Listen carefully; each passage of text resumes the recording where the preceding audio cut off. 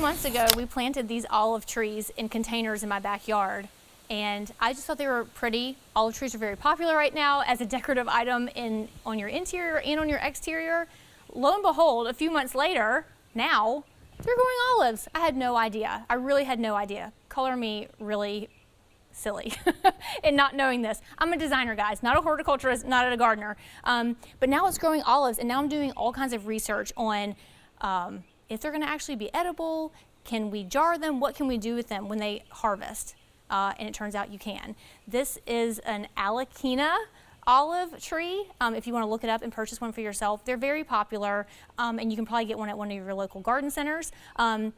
They started to flower out about, I would say, a month ago, and now they have a pretty good sized little olive on there, which of course are going to grow even bigger, ripen into green or purple. I don't have all those details quite yet, but I'm just excited to show you guys that they are coming along. They are going to be edible olives when it's all said and done, and then I think I'm going to give away as Christmas gifts, jar them up. We'll see how many we can harvest when the time comes. They're supposed to come ready September, October, sometime in the fall. So they've got a lot of time left to grow and get bigger. So I'm gonna keep updating you guys because there's nothing more exciting than accidentally having a fruit or vegetable that you didn't know was gonna come. I feel like a gardener now. I'm not a gardener, but that's what's happening around here.